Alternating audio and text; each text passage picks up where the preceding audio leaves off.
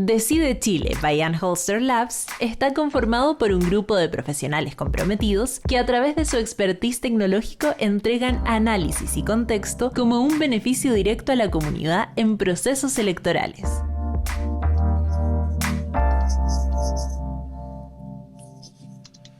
Muy buenas tardes a los que nos escuchan. Estamos de nuevo en Anholster Labs, en un nuevo podcast donde tenemos de invitado hoy día al gran periodista Eduardo Olivares, y está con nosotros también Ana María Galvez, nuestra directora de comunicaciones. Y hoy día lo que vamos a hablar va a ser sobre la paridad y la elección de los constituyentes.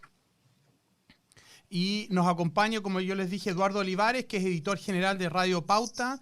Tiene un doctorado en Ciencia Política de la Universidad de Manchester y nos va a acompañar hoy día analizando este tema. El sábado recién pasado, el CERVEL publicó los candidatos aceptados a la elección de constituyente, un total de 1.191 para 138 escaños, y queremos conversar con Eduardo sobre las primeras lecturas que se pueden hacer con respecto a los distritos y dónde la paridad puede tener más o menos impacto, y algunas de las contingencias que se están surgiendo a propósito de algunas de las interpretaciones que ha hecho el CERVEL sobre la regla de la paridad. Eduardo, la paridad es una regla tanto en la entrada, cuántos candidatos hombres y mujeres pueden haber, como también en esta elección por primera vez, una regla a la salida, cuántos se pueden elegir. Con lo que se conoce, ¿hay sorpresas en las candidatas mujeres? Muchas gracias, Cristóbal, muchas gracias, Ana María, por la invitación. Hay sorpresas sobre todo a partir de lo que sucedió el 23 de enero, precisamente cuando el CERVEL publicó las listas de candidaturas aceptadas y rechazadas. Y la sorpresa provino precisamente porque, de acuerdo con una lectura rápida y bastante asertiva que realizó sobre todo la red de politólogas, plantearon que en una cantidad importante de candidaturas, de listas, no se estaba respetando lo que se denomina el mecanismo cebra. El mecanismo cebra corresponde a la idea de que tú tienes que ir alternando un sexo con el otro, mujer, hombre, mujer, hombre, mujer, hombre, dada la caracterización que se hace precisamente de las raíces de la cebra. Y esto pensando en el voto, ¿no es cierto? Que en el fondo en el voto va a haber una mujer, un hombre, una mujer, un hombre en orden ascendente. Eso es lo que precisamente tú planteabas como la parte de entrada, que tiene que ver con la presentación de las listas. Esto no es con la parte de salida, que es cuando luego se corrige independientemente de cómo se presentaron las listas, se tiene que corregir de acuerdo con la disposición 31ª transitoria de la Constitución, la reforma constitucional que se hizo para esto, se tiene que corregir por género. Es decir, en la Convención Constitucional tiene que haber mitad hombre y mitad mujer. Para interrumpir, yo cuando vaya a votar el 11 de abril, me voy a encontrar con una papeleta en que van a ir alternado hombre-mujer, hombre-mujer, hombre-mujer. Pero, ¿así va a ser? Sí, pero parte la mujer. Primero una mujer, después un hombre, mujer. Ya. O Ana María, o no. O quizás no te encuentres con eso, y es allí la polémica. Ya. En la reforma constitucional que se hizo, esto se aprobó en marzo del año pasado. Se estableció una disposición transitoria, la 30ª, y en esa disposición se planteaban dos incisos fundamentales para esto. En el primer inciso había una regla, y esa regla decía: todas las listas que se presenten tienen que ir encabezadas por una mujer. Y a continuación tiene que ir un hombre, y así de manera alternada sucesivamente. O sea, hasta el final de los tiempos. ¿Okay? Si usted tenía una lista de 4, de 6 o de 7, da lo mismo, siempre tenía que ir alternado. Mujer, hombre, mujer, hombre, mujer, hombre, y hasta ahí, la verdad, si uno veía algunos de los casos que se presentaron, por ejemplo, de la que se menciona siempre es la lista de Mariana Elwin, que va por el distrito 11.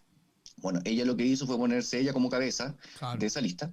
Luego vino un hombre, mujer, mujer, y termina en hombre, hombre. Entonces, si uno solamente ve la regla del mecanismo cebra del que hablamos, bueno, esa lista tuvo que haber sido rechazada por el CERVEL, y no fue rechazada.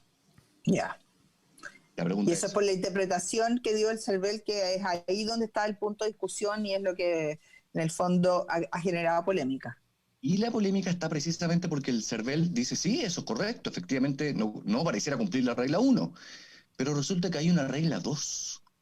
Y la regla 2 proviene del siguiente inciso, Y este inciso, se lo voy a leer, es muy cortito, esta parte dice, en cada distrito electoral, las listas integradas por un número par de candidaturas deberán tener el mismo número de mujeres y de hombres. Hasta ahí evidente, ¿cierto? Si el total de postulantes fuese impar, un sexo no podrá superar al otro en más de uno. Y es aquí donde el CERVEL planteó, no dice el legislador, no dice la ley, que tiene que ser una mujer más que los hombres. Dice un sexo más que el otro sexo. Y por lo tanto, si se interpreta de esa manera, efectivamente en algunos casos no se respetaría la regla de cebra. Y por eso se validó ese tipo de listas. Y ahí es donde se produce la polémica. De estas...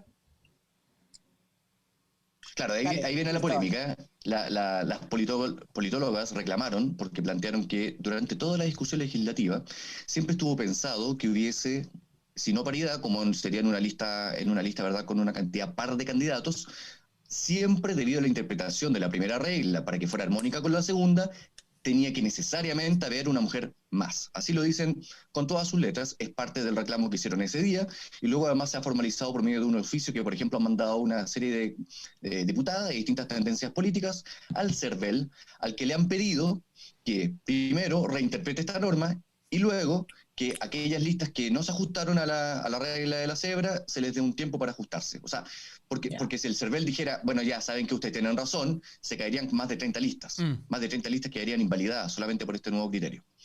Ahora, yo quisiera comentarle un detalle que yo creo que ha sido poco revisado, que tiene que ver con que cuando se discutió esto en el Congreso, recordemos que esto se despachó en 4 meses, partió la discusión en diciembre del 2019, se despachó en marzo del 2020. Hubo, en parte de las conversaciones, en la primera comisión de Constitución en la Cámara, una indicación propuesta por el diputado de Evópoli, Andrés Molina. Y el diputado de Evópoli, Andrés Molina, propuso, fíjense, esta regla, que venía a continuación de esta de cebra. Esta de cebra fue la primera y fue rápidamente aceptada. No hubo mucha controversia ahí. Y luego dice lo siguiente. En los distritos donde exista un número impar de candidaturas, el número de candidatas mujeres superará en 1 al de candidatos hombres. Podrá superarse ese guarismo del 50%. Es decir, en la discusión, en el Congreso, hubo una indicación en que se planteaba explícitamente que siempre tenía que haber una mujer más en caso de las listas impares. Pero esa fue rechazada. ¿Pero saben qué pasó? Y fue rechazada. Fue rechazada. O sea, tienen razón entonces las politólogas de estar furiosas. Pero es que... No, pues, al contrario. No voy a decir que tiene razón o no, pero yo creo que es el contrario. Yo creo que de hecho ahí hay un argumento, lamentablemente, en contra de lo que plantean ellas. Porque habiendo sido discutido una norma explícita que decía que las mujeres siempre iban a tener que ser más, esa fue rechazada. Y en cambio lo que fue aceptada es la que hablaba de sexo en genérico, de que nunca podía haber representado un sexo más que el otro. Ahora, incluye el sexo masculino. Claro, la regla en general, los dos incisos son contradictorios en este sentido, porque tú no puedes cumplir con cebra y además tener un hombre más que una mujer, a menos que partas con un hombre. Yo creo que fue muy mal escrito, ¿no? Porque si la interpretación y la intención siempre fue que hubiese una mujer más que los hombres en los casos de listas impares, bueno, ¿por qué no se dijo así nomás? Como lo planteó el diputado Molina. Claro. Y sin embargo, habiendo sido puesto así en algún momento, se rechazó. Mira, hablamos también con el presidente del CERVEL, Patricio Santamaría, quien naturalmente interpreta precisamente de esa manera la norma. Bueno, por algo el CERVEL lo sancionó de aquella forma. Él dice, si el legislador hubiese querido que siempre hubiese una mujer más en las listas con candidatos impares, hubiese dicho que hubiese una mujer más, y no que hubiese un sexo más. Entonces, hay otros abogados que dicen que aquí aplica algo que se llama el principio de la especialidad. El principio de la especialidad dice que siempre predomina o tiene preeminencia, ¿verdad?, algo que es más específico que una norma general. La norma general sería la regla cebra. Claro. Eso es lo general. Pero lo particular tendría que aplicarse para el caso en que se dice que tiene que haber por lo menos un sexo más que el otro. Y si eso altera la primera regla, cabe dentro de la especialidad precisamente porque acota la primera parte. Perfecto. Ahora, vamos un poco a la inscripción de las listas. A la inscripción de las listas y lo que está pasando en algunos distritos, ¿no es cierto? A mí al menos algunas cosas que me llaman la atención, que si uno mira la elección de diputados del 2017, hubo muchos distritos donde habían mucho más candidatas mujeres que hombres. Y el que yo pienso más directamente es, por ejemplo, el distrito 12 en Santiago. Se eligió la diputada Camila Vallejo, ¿no es cierto? Se eligió la diputada Pamela Giles. Y ahí uno ve, si uno compara el porcentaje de mujeres candidatas del 2017 ahora, bajó, incluso con la regla de la paridad. De hecho, tanto así que Pamela Giles arrastró a Miguel Crispi, que hoy día también es diputado, ella sacó más votos que él. Entonces, claro, mi pregunta es, si uno mira algunos distritos, ¿hay algunas sorpresas en términos de las mujeres que se están presentando que pueden verse beneficiadas por esta regla? Mira, es curioso lo que sucede con algunos lugares, porque, por ejemplo, hay una candidata de apellido Noales que representa un movimiento que explícitamente se denomina feminista. Y debido a que hubo unos problemas con la inscripción de una candidata mujer en su lista, ellos terminaron también incumpliendo la regla cebra. Terminaron con una lista impar que tiene más hombres que mujeres. Entonces, ahí tiene un ejemplo de algo muy extraño que sucede debido precisamente a que, por no cautelar que una de las candidaturas cumpliera con todas las normas, la más típica razón de rechazo de candidaturas que entregó el CERVEL fue que había personas que militaban en un partido político, claro, y se inscribían, sin embargo, como independientes. Eso es el reclamo de Alejandra Sepúlveda, ¿no es cierto? Como el reclamo de Alejandra Sepúlveda, el mismo, ella dice que aparece inscrita en Renovación Nacional, dice que ella nunca ha firmado por ese partido, y debido a eso su candidatura fue rechazada. Yo creo que, solamente para poner un paréntesis aquí, porque muchas de estas candidaturas que no cumplen con la regla cebra, no lo hicieron intencionadamente, no buscaron incumplir con esa primera regla, como fue el caso de Mariana Elwin, que sí, ex profeso, lo hizo así porque interpretó la norma como lo hizo CERVEL posteriormente, sino que hubo muchas listas cuyos candidatos, algunos de ellos, incumplieron. Con que yo les menciono, por ejemplo, que eran militantes de un partido, más allá de si sabían o no sabían, y por lo tanto el CERVEL los rechazó. Pero el CERVEL dijo, a ver, ahí efectivamente la lista incumple con la regla de la cebra, pero como yo estoy interpretando que puede haber hombre con hombre seguido o mujer con mujer seguido, le voy a aceptar la lista completa igual. Y después la lista tendrá que hacer un ajuste solamente para que respete la alternación. En esos casos, como el que yo menciono, o sea, el que tú mencionas, Cristóbal, de Alejandra Sepúlveda, o el que yo menciono, ¿verdad?, de la lista de la candidata Noales, se incumplió. Y eso me parece a mí que son sorpresas que son interesantes, porque se trata al final de movimientos que ex profeso han planteado los movimientos feministas como parte de su eslogan ideológico, o sea, ni siquiera de campaña. No es como quiero vestirme bien poniendo una mujer.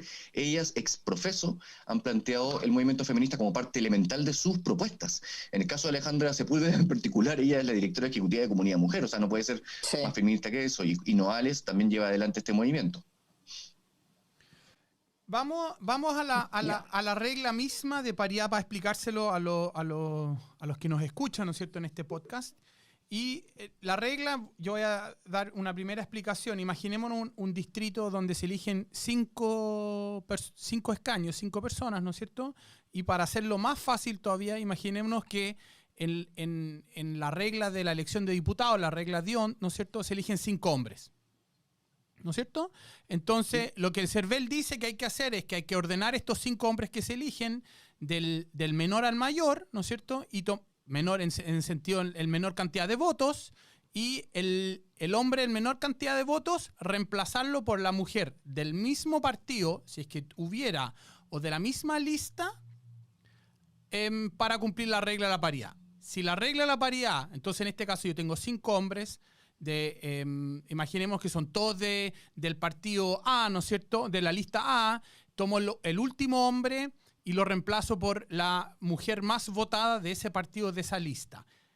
Chequeo si cumplo con la paridad, que significa a lo más un género, son 5, significa o 3 hombres, 2 mujeres, o 3 mujeres y 2 hombres. Como quedo con 4 hombres y una mujer, no cumplo con la regla de la paridad, voy al siguiente hombre con la menor cantidad de votos y lo reemplazo por la mujer del partido de la lista más votada. Tendría 3-2, cumplo con la regla de la paridad, se cierra. Así es. Ha habido mucha discusión últimamente a partir, creo, de algunos videos desinformativos sobre el famoso método DONT. El método DONT se ha usado todo el tiempo. O sea, el método DONT no es un sistema electoral. Para plantear, los sistemas electorales son una cosa y los métodos de repartición de escaños son otras. El sistema electoral que tenemos en Chile, el 2017 se aplicó en plenitud por primera vez, es un sistema proporcional moderado, se le ha denominado. Ojo, solamente paréntesis, el sistema binominal también era moderado, sí, aunque no se crea, pero era moderado, proporcional. Era proporcional, claro. Era proporcional. Ya, pero este sistema proporcional moderado significa que en cada distrito hay muchas, ¿verdad?, escaños a repartir. Y, claro, y las listas tienen que competir, por lo tanto, con más propuestas. En este caso que vamos a tener de la Convención Constitucional, como planteaba Cristóbal, en primer lugar se toma la lista que obtuvo más votos, esa siempre va a tener algún representante, sin duda, pero luego se tiene que poner como en un cartón, así frente a ustedes, todas las listas. Se ve cuántos votos tuvo cada lista. Y luego se hacen unas divisiones. Esto es más complejo de explicar, pero se hacen unas divisiones que dependen del número de escaños que se reparten. Claro, para calcular la cifra repartidora. La famosa cifra repartidora, que yo creo que aquellos que han estado metidos en elecciones antes, lo que se usa todo el tiempo, por ejemplo, para repartir concejales, claro, y lo que se usó, de hecho, para los diputados del 2017. Entonces, la famosa cifra repartidora determina cuántos escaños van a cada lista. Ese es el primer corte. Luego, cada lista a veces también tiene su propio partido dentro, ¿verdad? Entonces, también se hace luego una suerte de cifra repartidora dentro de cada partido. Y ya después de toda esa ingeniería, se corrige por el género, y es todo lo que explicó Cristóbal. Es decir, si usted tiene, ¿verdad?, una candidatura, vamos a decir que son mujeres. Supongamos que las mujeres ahí tienen todas más porcentaje o más cantidad de votos que los hombres.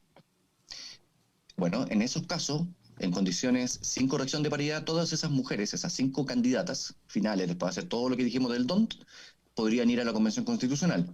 Pues no, porque se estableció, ¿verdad?, en la Constitución, y tiene que hacer esa corrección que decía Cristóbal, ¿verdad?, en que tiene que dejarse también que haya hombres, en ese ejemplo que estamos diciendo, que aunque hayan sacado menos votos que las candidatas mujeres, puedan entrar precisamente y ser elegidos. O sea, aquí pasaría lo que pasó, por poner un ejemplo práctico a nuestros auditores, con el Colegio de Abogados. Perfecto, sí. Que salieron muchas más mujeres o sea, yo lo miro desde el punto de vista de justicia, de preparación. Hubo que sacar mujeres súper preparadas para que llenaran cupos hombres que habían tenido poca votación. Entonces,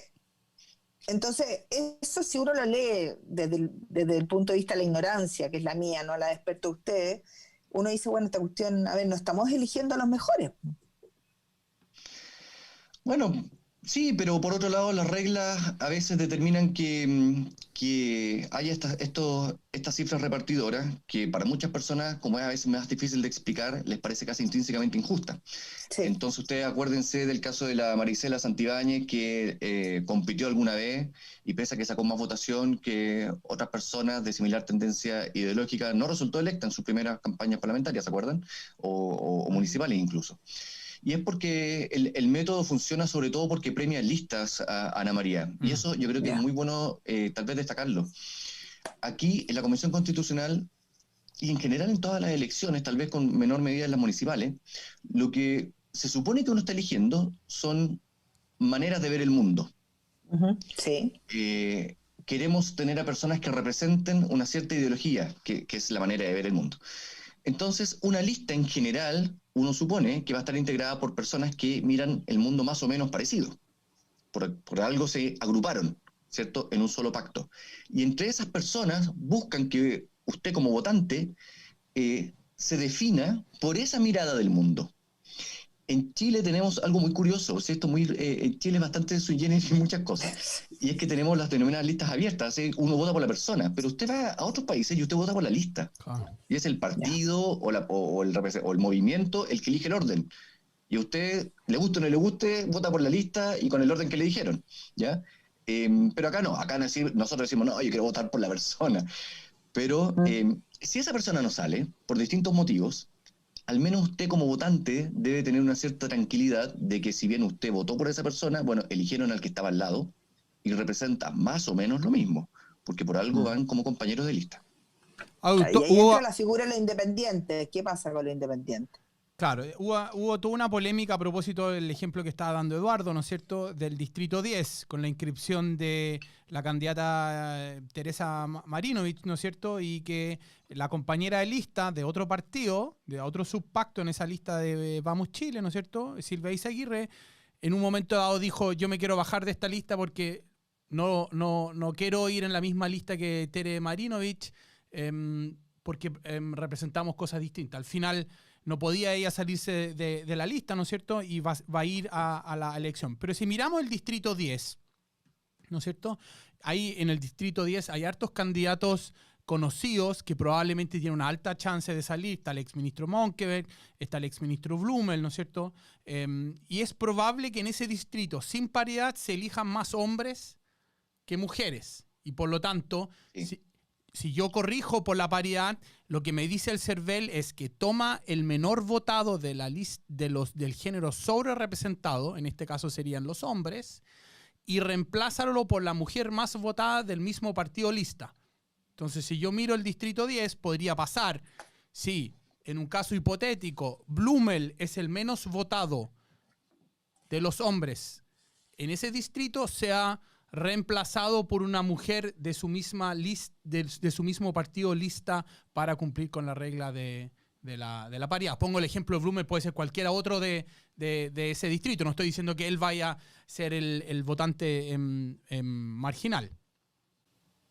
Bueno, yo creo que es un buen caso práctico de lo que hablábamos de antes, cuando ha habido muchas críticas, naturalmente más de la oposición, pero incluso internas del mismo oficialismo, de Evópoli, que dijo que sí, pero que no, respecto de la alianza con el Partido Republicano. Vemos precisamente de lo que hablábamos de antes, sobre cómo una lista tiene que representar una mirada común. Y lo que hizo finalmente Chile Vamos, al aliarse con un partido que no está en Chile Vamos, como es el Partido Republicano, Así es es. decir, bueno, esto es instrumental, dijo. Eso dijeron, es instrumental, es por la unidad del sector. Bueno, todas las razones que se quieran dar. Las críticas apuntan a que no es solamente instrumental, pues. Es ideológico. Y lo es. Es ideológico. Precisamente porque si Bárbara Izaguirre se siente tan en las antípodas Silvia. de Tere Marinovich, Silvia. Silvia Izaguirre se siente tan en la antípoda, ¿verdad?, de la Tere Marinovich, bueno, ¿qué hacen juntas? Y fue el reclamo esencial, así me refiero a la esencia, ¿verdad?, del reclamo que ella planteó. Claro, en otro distrito, si lo miramos al revés, ¿dónde podría pasar lo que pasó en el Colegio de Abogados? Yo pienso el Distrito 12, que es un distrito que hemos mirado con más detalle porque hay candidatas mujeres fuertes que probablemente van a sacar una alta votación. Va la ex candidata presidencial Beatriz Sánchez, ¿no es cierto?, en un distrito donde el Frente Amplio la vez pasada sacó una buena votación. Va la presidenta de la CUT, Bárbara Figueroa, también una mujer muy conocida, que es probable que estén en la parte más arriba de los votos y probablemente, por lo tanto, los hombres estén en la parte más abajo. Va también por independientes no neutrales Benito Baranda, que todo el mundo cree que puede sacar una muy buena votación, sobre todo en La Pintana. Entonces ahí es probable que en el Distrito 12 la regla de la paridad sea al revés, que en el fondo salgan mujeres para que ingresen hombres para que se cumpla la regla que se aprobó en la reforma constitucional.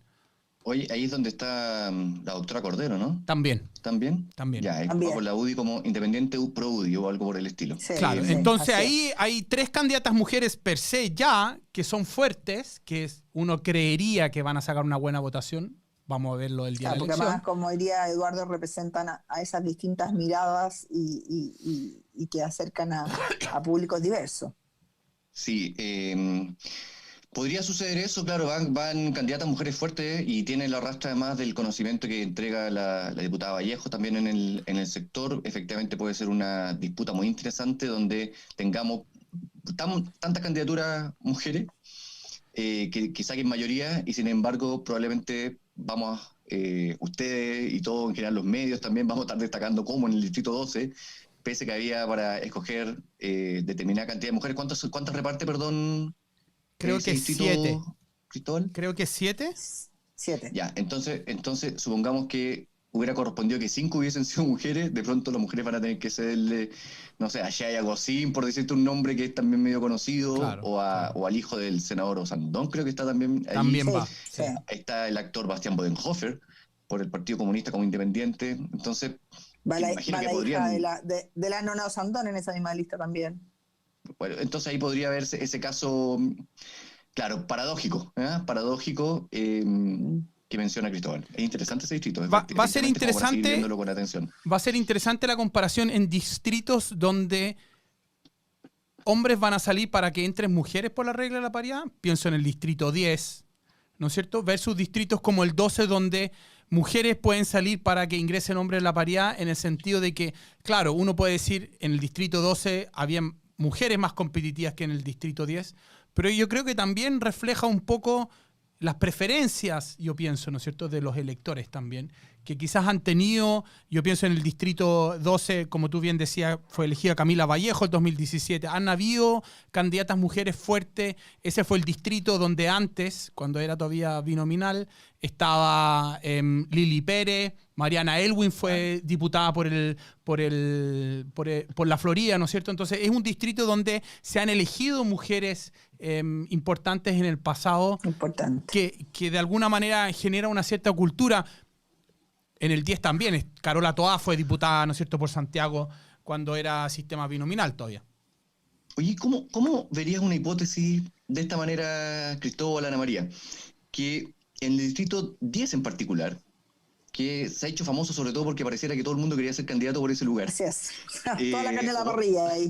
Sí. Claro, pero al final ese todo el mundo era particularmente todo el mundo que pareciera que es más influyente en Twitter. Entonces se habla siempre de un cierto sesgo, ¿okay?, de personas con mayores recursos, pero que quizá tienen algunas de ellas mayor tendencia de izquierda o centro-izquierda. Entonces por ahí se ha ido pintando más bien este dibujo.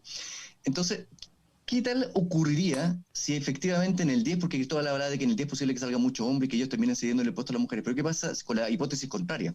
De que debido a el tipo de votantes que existen en esas comunas, estamos hablando de Providencia, de Ñuñoa, terminen ellos buscando precisamente y votando mucho más por mujeres, de lo que uno quizá a priori piensa, por el tipo de elector que es.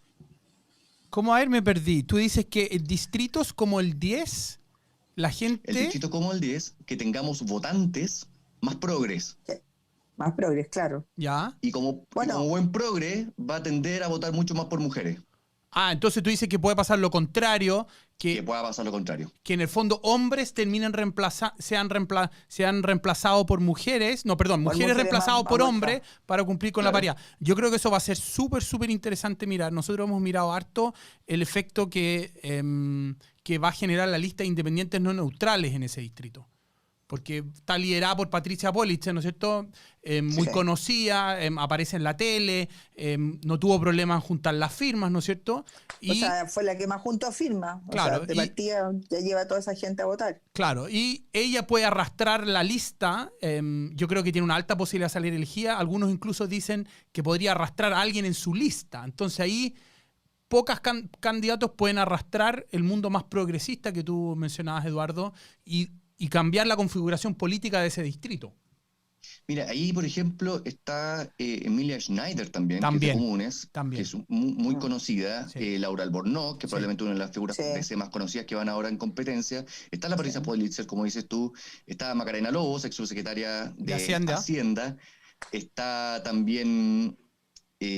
Está Patricio Zapata, el abogado constitucionalista. No, pero estaba pensando en mujeres. Menos conocida. Bueno, la Silvia Izaguirre, Tere Marinovich. Silvia Izaguirre y la Tere Marinovich, claro, ahí tenéis. Claro. Entonces, lo que me pasa es que cuando leo ese listado, como dice Eduardo, ahí coincido con él, es como de una élite de Twitter. Porque el votante, estoy pensando, común y corriente de esas comunas, muchos de esos nombres a nosotros nos dicen mucho, porque leemos sus columnas, seguimos sus twitters, pero a una gran mayoría no les dice nada. Así es. Es un buen punto. Ese es un muy buen punto y por eso yo creo que la sorpresa el día del 11 en la noche, no sé a qué hora, probablemente a la 1 de la mañana, después de contar todos esos votos, nos vamos a llevar varias sorpresas, no solo en términos de cuántos votos sacó cada uno de ellos en términos propios, sino quién al final termina siendo elegido, porque lo importante, y esto es una de las cosas que ojalá a los que nos escuchan les quede claro, es que el último de la lista en el método de elección de diputados es el que es reemplazado si no se cumple la regla de la paridad. Entonces aquí no importa solamente cuánto sacó cada lista, sino dentro de la lista cuál es el último del género sobre representado. Y ahí es bien difícil comportamientos estratégicos en términos, es que yo no voy a hacer tanto esfuerzo porque yo sé que el hombre va a sacar tantos votos y yo voy a ser reemplazado por él cuando hay tantas listas y tantos candidatos. Claro. Es un buen punto, y es el sentido además de que hubiese sido precisamente un sistema de listas alternadas, hombre-mujer, hombre-mujer. Hombre-mujer, claro. Mujer-hombre, mujer-hombre. Pero mira, al final lo interesante precisamente es que va a haber una corrección y va a haber paridad también en la convención de acuerdo con cómo está estimado, porque la paridad incluye esto y incluye también los escaños reservados para pueblos originarios. Entonces, al final probablemente, dado que además todas las listas comienzan con mujer, y en los pueblos originarios también se va a corregir por paridad, lo más probable es que de los 155, como es un número impar, vamos a tener siempre una mujer más. Probablemente en esa convención vamos a tener una mujer más que un hombre. Y eso sí que va a ser un hito en nuestra historia democrática. Lo que va a ser interesante es que la elección de concejales no es paritaria, entonces vamos a tener dos mundos en ese día. Una convención constituyente con paridad, pero la elección de concejales de la manera más tradicional. Yo creo que es bien probable que la elección de diputados cambie el tema y se ingrese lo de la paridad. Depende un poco el resultado del 11 de abril. Sí. De hecho, me llamó la atención la entrevista de Claudio Rego hoy día, que lleva la tercera, en que señala que se le ha dado demasiada importancia a la constituyente y se ha como descuidado las otras elecciones porque son las de alguna manera que van a marcar tendencia a las presidenciales. Entonces, no sé si la leyeron, pero me llamó la atención el punto que hace él. Como diciendo, estamos aquí jugándonos todas las cartas la constituyente y se está olvidando que el gobernador, el que ponga la cara por la región metropolitana, va a marcar un indicador a las futuras elecciones. Bueno, ahí está hablando una parte muy interesada, ¿verdad? Por supuesto, pero me llamó la atención. O sea, sí, como... es que no, mira, me acuerdo, o sea, hubo una entrevista, ¿verdad?, con la Evelyn Matei, con la alcaldesa de Providencia, en que ella planteaba algo parecido, decía, oiga, ojo, si vamos a tener gobernadores regionales, que si les va muy bien, en una de esas, también quieran subirse, ¿verdad?, al carro de la carrera presidencial, que hasta alturas, la verdad es que uno necesita todos los dedos de las dos manos para contarlos. Es un carro que va muy lleno. Exactamente. Y Claudio Orrego obviamente está apostando él a tener el mayor caudal de votos posible, va por la región metropolitana, va con unidad en la oposición en la práctica.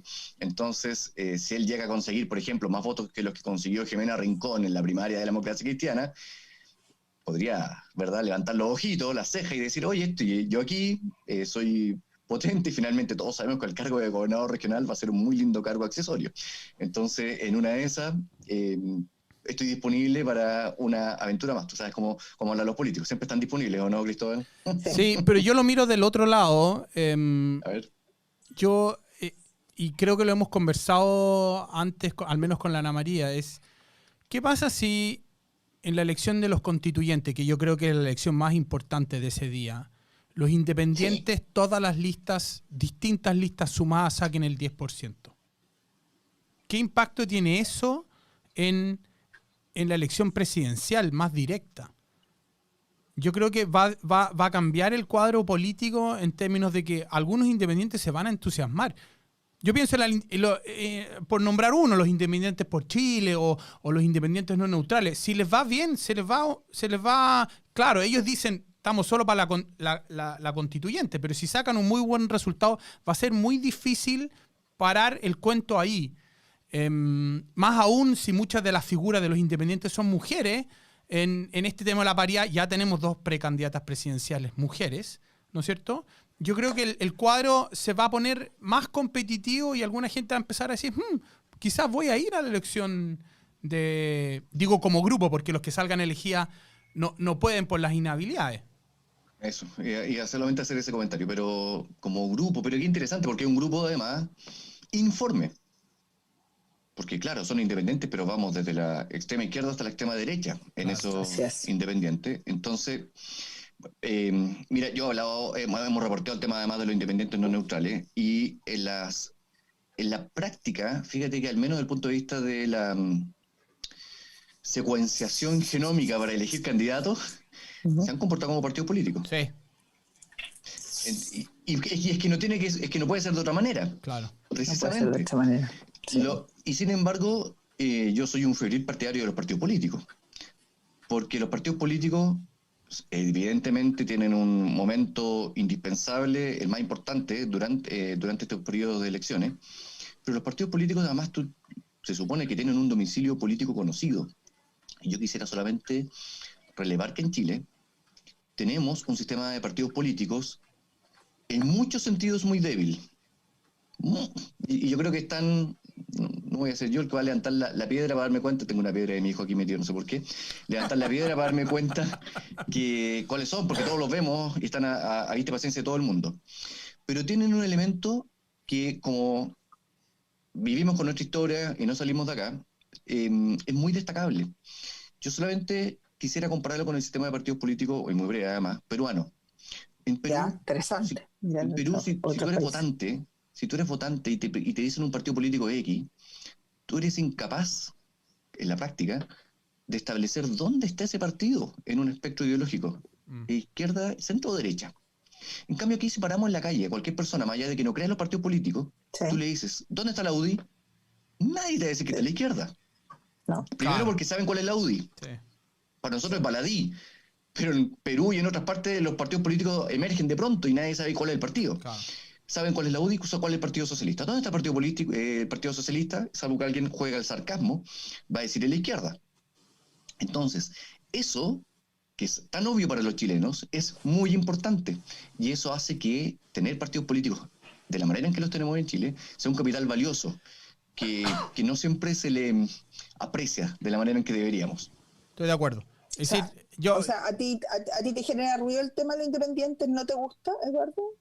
Por lo mismo, no me gusta del punto de vista de la fragilidad, que como no hablo de esta lista independiente, hablo en general, ¿ok? De los independientes, Ya. porque no me gusta que se considere primero que puedan ser que, como independientes, son más puros, prístinos, castos y transparentes, cuando en realidad lo único que sabemos de los independientes es que son personas que tienen unas ciertas ideas, que se las proponen al votante, pero son absolutamente personalistas.